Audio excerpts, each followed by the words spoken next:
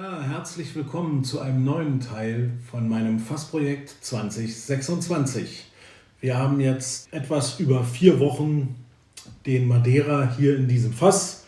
Da ist es auch wieder. Ich bin nicht so in den letzten Tagen dazu gekommen, ein Video zu machen, wollte eigentlich ein bisschen schneller agieren, aber das hat nicht funktioniert. Nicht so schlimm. Ich denke nicht, dass da irgendwas Gravierendes passiert ist. Falls es so sein sollte, werden wir das gleich feststellen. Ich würde das Fass jetzt wieder mal öffnen nach etwa 4 Wochen, etwas mehr als 4 Wochen und dann prüfen, wie es sich verhält mit dem Madeira im Fass, wie er sich entwickelt hat. Ich werde ihn heute aber nicht gegenkosten gegen den ursprünglichen Madeira. Das muss ich ein bisschen aus der Erinnerung machen. Aber was ich heute tun werde, ist den Glengarry, der dann irgendwann in dieses Fass kommt, wenn das Fass ordentlich mit Madeira geimpft ist. Den werde ich heute verkosten. Er ist hier schon offen. Ich bin schon vor einer gewissen Weile eingegossen. Das finde ich bei Whisky immer wichtig, dass der eine gewisse Zeit an der Luft ist. Dann hat man einfach mehr Aromen, die man erspüren kann. Und das ist ja auch der Sinn dann einer Verkostung, die ich hier vorhabe. Ja, also lange Rede, kurzer Sinn. Wir öffnen das Fass. Das ist wie immer die gleiche Sache, die wir nehmen den Pfropfen hier oben raus. Hier haben wir unsere Pipette und lassen dann mal etwas da raus. Diesmal werde ich es nicht ganz so viel machen, vielleicht 2 oder 1,5 Menge. 2 Pipetten, das reicht, glaube ich, um zu spüren und zu erfahren, wie es sich entwickelt hat. Vielleicht auch ein kurzer Blick hinein. Also mengenmäßig tut sich da total wenig. Also es ist immer noch fast voll. Da mag ein bisschen rausgegangen sein, aber das ist wirklich verschwindend gering. Ja, der Madeira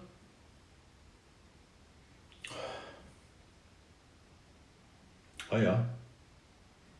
Also es sind immer noch diese Madeira-Noten, die sind auf jeden Fall noch da. Das ist nicht so, dass da irgendwie gleich, wenn man die Nase das erste Mal reinsteckt, sich irgendwie eine Bitterkeit oder die Eichenfracht total dominiert. Aber sie ist da. Sie ist da, sie ist viel mehr da, als sie im ursprünglichen Madeira war. Gar keine Frage.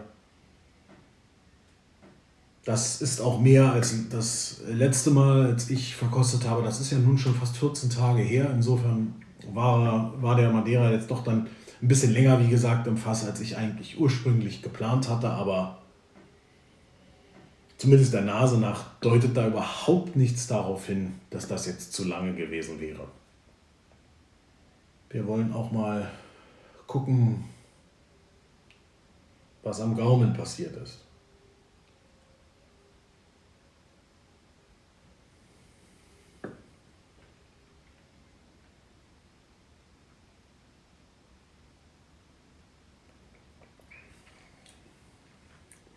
Also im Mund selbst ist die Süße schon deutlich zurückgegangen. Da ist weitaus weniger Süße, weitaus weniger Fruchtigkeit. Aber es ist auf keinen Fall bitter oder geht in eine unangenehme Richtung. Die Fruchtigkeit kommt dann hinten aber wieder. Ganz wunderbar, wenn man ihn dann, sag ich mal, beim Abgang und beim Hinunterschlucken merkt man dann wunderbar, dass das noch da ist. Und der schmeckt auch noch ganz gut. Sicherlich war der Ausgangs-Madeira deutlich süßer.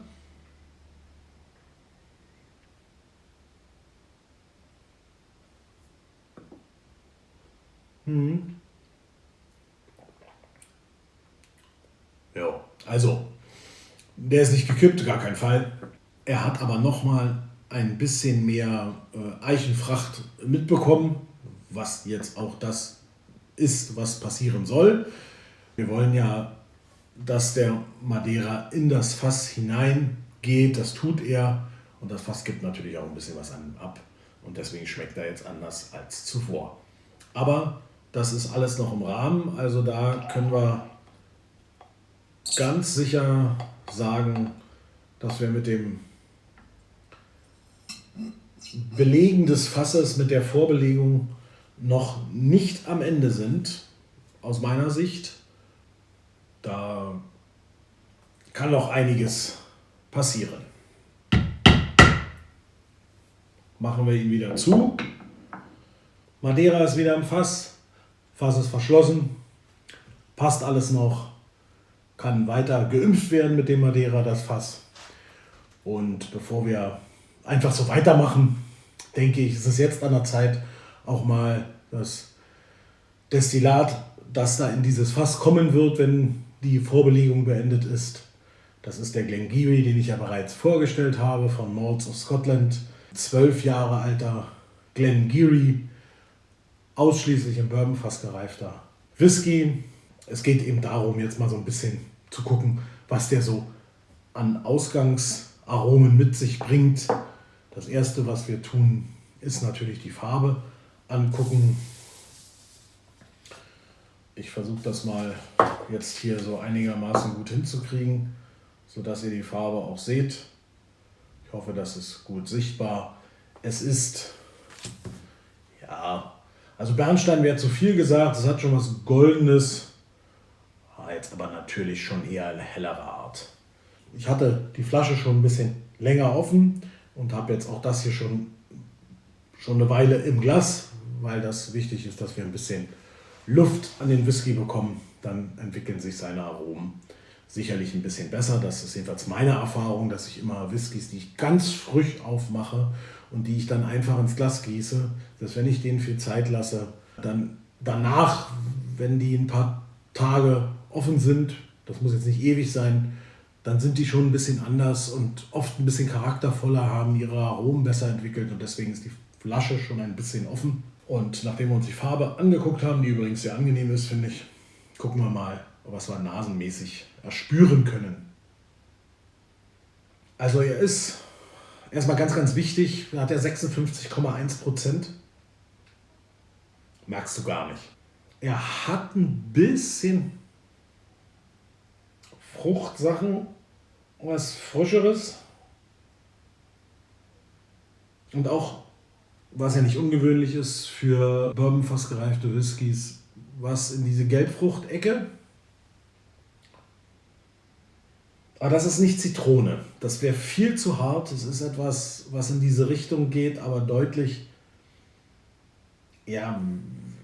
weniger sauer ist. Aprikose auch zu viel, vielleicht sowas wie Mandarine. Oh.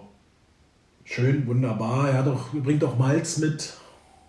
Ein bisschen was von Keksteig. Jetzt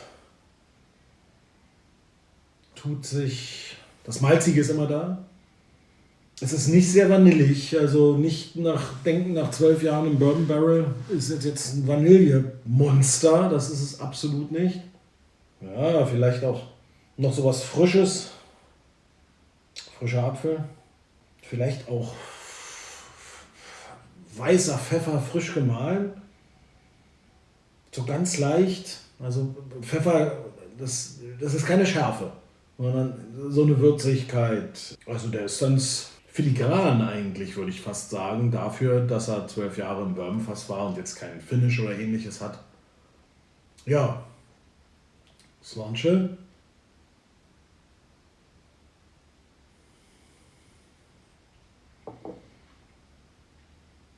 Also im Mund ist er schon, da wird er süßer. Da haben wir was Honiges. Vielleicht auch ein bisschen dann so in diese Vanille-Richtung. Oder in Vanillekipferl wäre zu hart gesagt, aber Vanillekekse. Gibt sowas. Aber sowas Keksiges, was Gebäck, aber was Süßliches und was vanillig ist. Das finde ich, hat er wunderbar. Und nach hinten raus hat er wirklich eine Wuchtsüße, hat er eine Wuchtfruchtigkeit, ist da, Malzigkeit ist wieder da. Er hat 56,1%, die sind schon, also das ist schon ein Alkoholgehalt, der natürlich ein bisschen höher ist, den man auch durchaus spürt, aber es ist nicht so, dass er irgendwie diese Alkoholschärfe völlig übertreibt. Also das ist schon ein gut gemachter, gut gereifter Whisky. Ich rieche ja immer ganz gerne, nachdem ich getrunken habe, nochmal. Und das ändert manchmal auch einiges. Hier ist es nicht ganz so gravierend. Aber dieses Apfelige jetzt, ja, das ist jetzt hier mehr. Das ist noch mehr geworden. Jetzt vielleicht weniger dann diese Gelbfrucht-Sachen, sondern eher jetzt ist es so ein Apfel. So ein frischer Apfel, der gerade im Übergang ist zum Süßen.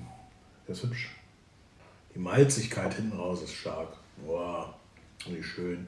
Auf der Zunge passiert jetzt was hinten. Geht da wunderbar runter. Und diese süßlichen Gebäcknoten, diese Honignoten, vielleicht auch so ein bisschen was Getreidiges, was auch nicht ungewöhnlich wäre, denn Whisky wird ja aus Getreide gewonnen. Das ist auch da. Gefällt mir gut, also den würde ich auch so jetzt, wenn er jetzt nicht so ein Fassprojekt wäre, würde ich ihn auch so gut finden und nett finden und ihn gerne trinken. Ein bisschen bleibt ja was übrig, also insofern habe ich ja dann ein bisschen reinen Grangire übrig und den werde ich dann auch trinken.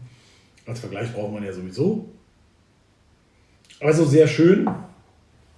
Ein Whisky, der mir so gut schmeckt und wenn dann durch den Madeira-Einfluss dann noch ein bisschen mehr passiert in die eine oder andere Richtung, ist das, glaube ich, sehr, sehr schön. Also ein wirklich guter, schöner Ausgangsstoff, den wir da gewählt haben. Und ich möchte mich bedanken, dass ihr zugesehen habt, dass ihr vielleicht auch weiter dran bleibt und interessiert seid. Und wenn ihr Anmerkungen habt oder Hinweise oder sagt, das habe ich nicht verstanden oder das sehe ich anders, dann dürft ihr gerne kommentieren. Das würde mich sehr freuen. Vielen Dank und bis dann. Tschüss.